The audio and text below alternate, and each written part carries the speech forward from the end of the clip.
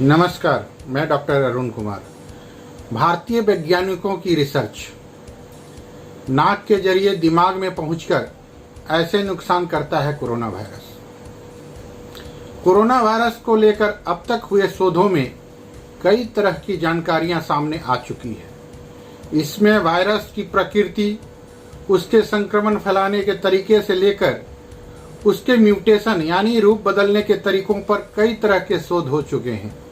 Corona के बढ़ते संक्रमण के बीच एक तरफ इसकी दवा को लेकर वैज्ञानिक शोधरत हैं, तो दूसरी ओर इसकी वैक्सीन तैयार करने के लिए दुनिया भर की कई कंपनियां लगी हुई है। अब भारतीय वैज्ञानिकों की एक रिसर्च में चौंकाने वाली जानकारियां सामने आई है। वैज्ञानिकों के सुझाव माने जाएं तो कोरोना वायरस के कारण मौत के खतरे के बारे में भी पता लगाया जा सकता है। कोलकाता स्थित Indian institute of chemical biology IICB Kolkata के शोधकर्ताओं ने दावा किया है कि कोरोना वायरस दिमाग के उस हिस्सों को संक्रमित कर सकता है जो सांस लेने की क्षमता को नियंत्रित करता है। दिमाग के इस हिस्से को रिस्पिरेटरी सेंटर ऑफ ब्रेन कहते हैं। शोधकर्ताओं का सुझाव है कि नर्वस सिस्टम के इस हिस्से पर नजर रखना चाहिए। ऐसा करने से यह पता चल सकता है कि कोरोना से मौत का खतरा कितना है। ऑल्फैक्टरी बल्ब तक वायरस की पहुंच। IICB के शोधकर्ताओं का कहना है कि कोरोना वायरस नाक से होकर दिमाग की ऑल्फैक्टरी बल्ब तक पहुंच सकता है। यह दिमाग का ऐसा हिस्सा है जो सांसों की गति यानी लय को कंट्रोल करता है। दिमाग के इस हिस्से को डैमेज होने का मतलब है कोरोना मरीज की मौत। हालांकि अनुमानतः फिलहाल कम मामलों में ऐसा हो रहा है। शोधकर्ताओं का दावा है कि यह अपने तरह की पहली ऐसी रिसर्च जो कोरोना और दिमाग से मरीज के सांसों का कनेक्शन बताती है। शोधकर्ताओं के मुताबिक कोरोना के मरीजों में अन्य अंगों के मुताबिक फेफड़े सबसे ज्यादा प्रभावित होते हैं। वहीं मरीजों में ब्रेन को भी कोरोना वायरस प्रभावित कर रहा है। कोरोना का रूट। शोधकर्ताओं के मुताबिक कोरोना मरीजों में सेरेब्रल फ्लूइड और मौत के बाद मस्तिष्क का पोस्टमार्टम करके कई बातों का पता लगाया जा सकता है। इससे यह जानकारी सामने आ सकती है कि नाक के जरिए मस्तिष्क में कोरोना किस रास्ते से पहुंचा और कैसे ब्रेन के रिस्पिरेटरी सिस्टम तक को प्रभावित किया। शोधकर्ताओं की इस रिपोर्ट के मुताबिक कोरोना वायरस दिमाग के रिस्पिरेटरी सेंटर ऑफ ब्रेन को पूर्णतः बंद कर देता है। शोधकर्ताओं की सलाह है कि अगर कोरोना मरीजों में दिमाग से जुड़े लक्षण दिखाई दें तो उन्हें अलग रखा जाना चाहिए ताकि उन पर विशेष नजर रखी जा सके। बताया गया है कि कोरोना से होने वाली मौत की पहली वजह ब्रेन नहीं है, लेकिन इलाज के दौरान मस्तिष्क के रेस्पिरेटरी सिस्टम पर नजर रखने की जरूरत है। धन्यवाद। आपका अपना डॉक्टर अरुण कुमार। संक्रमण से बचने को N95 मास्क है बेहतर, लेकिन इसके खतरे भी।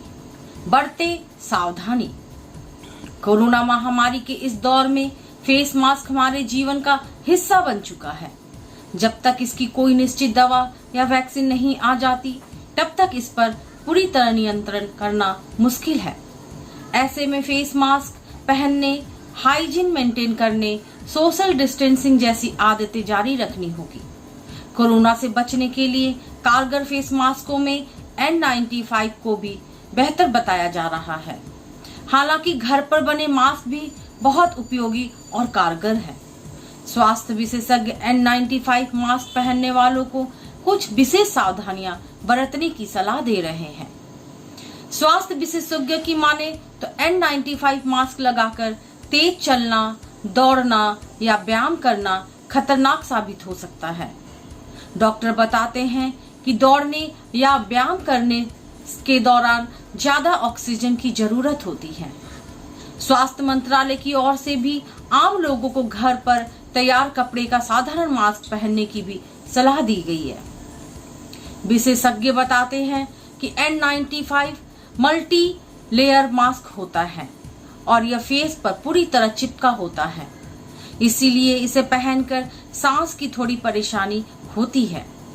N95 मास्क में हवा तो फिल्टर होकर आती ही है, लेकिन उसमें दबाव कम होता है। दौड़ने और व्यायाम करने के दौरान सांस की गति बढ़ती है और फेफड़ों को ज्यादा ऑक्सीजन की जरूरत पड़ती है। ऐसे में N95 मास्क पहनकर व्यायाम करना दिक्कत दे सकता है। हालांकि स्वास्थ्य कर्मियों को ऐसे मास्क पहनने की सलाह दी गई है। विशेषज्ञ बताते हैं कि लोगों को शरीर की क्षमता के अनुसार व्यायाम करना चाहिए। खुली जगह में बिना मास्क के भी व्यायाम किया जा सकता है, बशर्ते सोशल डिस्टेंसिंग मेंटेन करना जरूरी है। यह भी ध्यान रखा जाए कि कोई बगल में छींके या खांसे नहीं, क्योंकि अगर व्यक्ति कोरोना संक्रमित हो तो उसके ड्रॉपलेट्स से कोरोना फैल सकता है। व्यायाम के दौरान शारीरिक दूरी बनाए रखना बेहतर होगा। जहां तक मास्क पहनने की बात है तो घर में तैयार फैब्रिक मास्क भी वायरल संक्रमण रोकने में कारगर है। डॉक्टर घर से बाहर निकलने के दौरान भी सावधानियां बरतने की सलाह दे रहे हैं।